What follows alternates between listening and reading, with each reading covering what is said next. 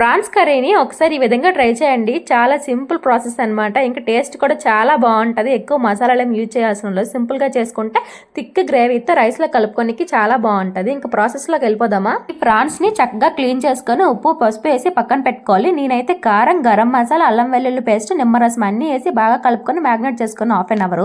దాని తర్వాత ప్యాన్ తీసుకొని ఆయిల్ వేసుకొని ఈ ప్రాన్స్ని చక్కగా లైట్గా ఫ్రై చేసుకోవాలి. ఒక 2 minutes ఫ్రై చేస్తే సరిపోతుంది. తర్వాత తీసి పక్కన పెట్టుకోవాలి. ఇదే కళాయిలో కొంచెం ఆయిల్ ఎక్స్ట్రా యాడ్ చేసి అందులో పోపు దినుసులు వేసి పచ్చిమిర్చి, కరివేపాకు కట్ చేసుకొని ఆనియన్స్ వేసి కొంచెం ఫ్రై అయిన తర్వాత అల్లం వెల్లుల్లి పేస్ట్ వేసుకొని అందులో పసుపు, ఉప్పు, కారం, గరం మసాలా యాడ్ చేసుకొని 2 మీడియం సైజ్ టమాటా పళ్ళు తీసుకొని వాటిని ప్యూరేగా చేసి అందులో వేసుకొని మూత పెట్టుకోవాలి. ఆయిల్ పైకి తేలిన తర్వాత అందులో ముందుగానే రెడీ చేసుకున్న రొయ్యలు వేసి మొత్తం కలుపుకోవాలన్నమాట. ఇందులో ఒక 1/2 గ్లాస్ వాటర్ వేసి మళ్ళీ కుక్ అవ్వనివ్వాలి. ఇలా ఆయిల్ పైకి తేలితే కర్రీ రెడీ అయిపోయినట్టే. లాస్ట్ లో గరం మసాలా, కొత్తిమీర యాడ్ చేసుకొని వేడి వేడి సర్వ్ చేసుకుంటే సూపర్ ఉంటుంది. Thank you for watching. Please subscribe.